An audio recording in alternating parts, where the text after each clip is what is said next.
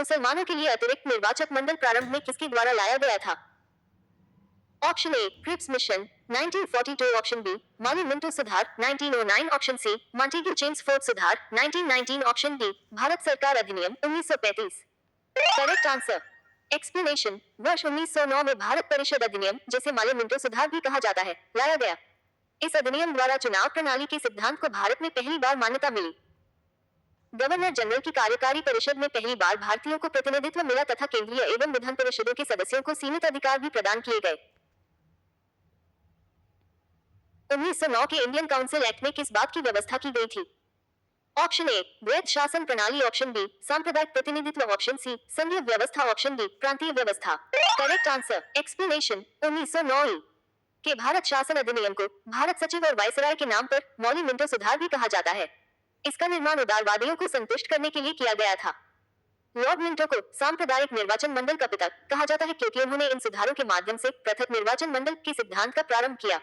भारतीय राष्ट्रीय कांग्रेस ने 1909 के अपने अधिवेशन में इस अधिनियम के अन्य सुधारों का तो स्वागत किया, लेकिन धर्म के आधार पर पृथक निर्वाचक मंडलों की स्थापना के प्रावधान का विरोध किया। मॉन्टेग्यू चेम्सफोर्ड सुधार में प्रावधानों का सार था। ऑप्शन ए राज्यों की स्वायत्तता, ऑप्शन बी प्रांतों में दोहरा शासन, ऑप्शन सी हिंदू मुस्लिम हेतु अलग अलग निर्वाचन व्यवस्था, ऑप्शन डी राज्यपालों को वीटो शक्ति। Correct answer. Explanation. Montagu Chelmsford सुधार विशेषताएं। 1. केंद्र में द्विसदनात्मक विधायिका की स्थापना। 2. केंद्र में प्रत्यक्ष निर्वाचन व्यवस्था। 3. प्रांतों में द्वैध शासन प्रणाली की शुरुआत। 4. लोक सेवा आयोग का गठन किया गया। 5. पहली बार महिलाओं को सीमित मात्रा में मत देने का अधिकार। 6. केंद्रीय बजट को राज्य के बजट से अलग किया गया। 1946 का कैबिनेट मिशन 3 मंत्रियों में गठित था। निम्नलिखित में से कौन इसका सदस्य नहीं था? Option A Lord Patrick Lawrence, option B A V Alexander, option C Sir Stafford Cripps, option D Lord Amery. Correct answer. Explanation. वर्ष 1946 में ब्रिटेन के प्रधानमंत्री एटली ने भारत में एक 3 सदस्यीय उच्च स्तरीय शिष्टमंडल भेजने की घोषणा की। इस शिष्टमंडल में ब्रिटिश कैबिनेट के 3 सदस्य लॉर्ड पैट्रिक लॉरेंस, भारत सचिव सर स्टैफर्ड क्रिप्स, व्यापार बोर्ड के अध्यक्ष तथा वी अलेक्जेंडर एडमिरल्टी के प्रथम लॉर्ड या नौसेना मंत्री थे। इस मिशन को विशिष्ट अधिकार दिए गए थे तथा इसका कार्य भारत को शांतिपूर्ण सत्ता हस्तांतरण के लिए उपायों एवं संभावनाओं को तलाशना था। कैबिनेट मिशन योजना के विषय में कौन सा सही नहीं है? ऑप्शन ए प्रांतीय समूहीकरण प्रोविंशियल ग्रुपिंग, ऑप्शन बी भारतीय सदस्यों वाला अंतरिम मंत्रिमंडल, ऑप्शन सी पाकिस्तान की स्वीकृति, ऑप्शन डी संविधान निर्माण का अधिकार। Correct answer. Explanation. Cabinet mission 1946 का उद्देश्य। 1. संविधान सभा का गठन करना, यह मुख्य उद्देश्य था। 2. भारत का विभाजन, ये गौण उद्देश्य। 3. संविधान सभा के सदस्यों का निर्वाचन जनता के द्वारा अप्रत्यक्ष रूप से होगा। 4. संविधान सभा का एक सदस्य 10 लाख जनसंख्या पर चुना जाएगा। 5. संविधान सभा में कुल 389 सदस्य होंगे, इनमें से 296 सदस्य निर्वाचित होंगे और 93 सदस्य मनोनीत होंगे, जिसमें 14 सदस्य राजस्थान से सम्मिलित थे। भारत का संविधान लागू होने तक स्वतंत्रता के पश्चात इसका शासन किसके अंतर्गत चलाया गया? ऑप्शन ए भारतीय नेताओं के परामर्श से बने कानून द्वारा, ऑप्शन बी इंग्लैंड के संविधान के अनुसार, ऑप्शन सी 1935 के भारत सरकार अधिनियम के अनुसार, ऑप्शन डी उपर्युक्त में से कोई नहीं। Correct answer. एक्सप्लेनेशन। जब विदेशी संसद द्वारा बनाया गया कानून को देश में लागू किया जाता है तो उसे ही अधिराज था औपनिवेशिक राज्य कहते हैं। 15 अगस्त 1947 से 26 जनवरी 1950 तक भारत अधिराज रहा। इस समय भारत सरकार अधिनियम 1935 के आधार पर भारत का शासन चलता रहता है। भारतीय को वर्ष 1947 में सार्वभौम सत्ता सौंपने की योजना निम्न में से किस नाम से जानी गई? ऑप्शन ए ब्यूरन योजना, ऑप्शन बी मिंटो-माली योजना, ऑप्शन सी माउंटबेटन योजना, ऑप्शन डी वीवी योजना। Correct answer. एक्सप्लेनेशन। माउंटबेटन योजना 3 जून 1947 को लॉर्ड माउंटबेटन द्वारा प्रस्तुत की गई थी।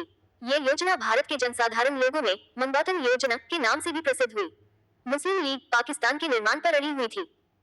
विश्वतापूर्वक कांग्रेस तथा सिखों द्वारा देश के विभाजन को स्वीकार कर लेने के बाद समस्या के हल के लिए लॉर्ड माउंटबेटन लंदन गए और वापस आकर उन्होंने योजना प्रस्तुत की। कौन सुमेल नहीं है? ऑप्शन ए माली मिंटो सुधार सांप्रदायिक प्रतिनिधित्व, ऑप्शन बी भारत सरकार अधिनियम 1935 स्वशासन, ऑप्शन सी कैबिनेट मिशन संविधान सभा का गठन, option D Simon commission Bharat विभाजन। Correct answer. Explanation. Simon commission की नियुक्ति ब्रिटिश प्रधानमंत्री ने सर जॉन साइमन के नेतृत्व में की थी। इस कमीशन में 7 सदस्य थे जो सभी ब्रिटेन की संसद के मनोनीत सदस्य थे। यही कारण था कि इसे श्वेत कमीशन कहा गया। साइमन कमीशन की घोषणा 8 नवंबर 1927 को की गई। कमीशन को इस बात की जांच करनी थी कि क्या भारत इस लायक हो गया है कि यहाँ लोगों को संवैधानिक अधिकार दिए जाएं। इस कमीशन में किसी भी भारतीय को शामिल नहीं किया गया, जिस कारण इसका बहुत ही तीव्र विरोध हुआ।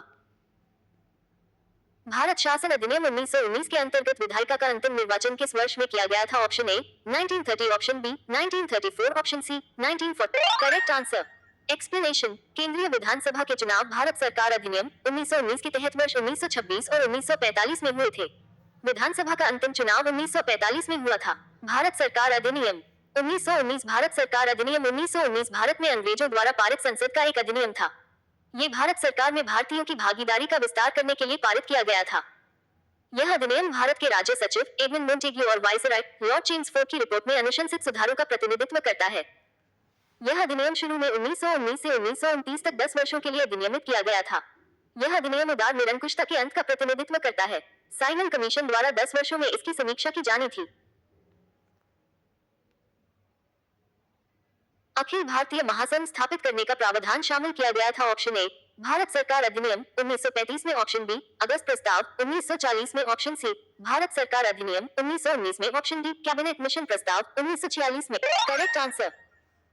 एक्सप्लेनेशन। ब्रिटिश शासनकाल के दौरान 1935 का भारत शासन अधिनियम पारित किया गया, जिसमें केंद्र और राज्यों के बीच शक्तियों का बंटवारा किया गया था तथा राज्य में द्वैत शासन समाप्त कर केंद्र में द्वैत शासन को लागू किया गया था।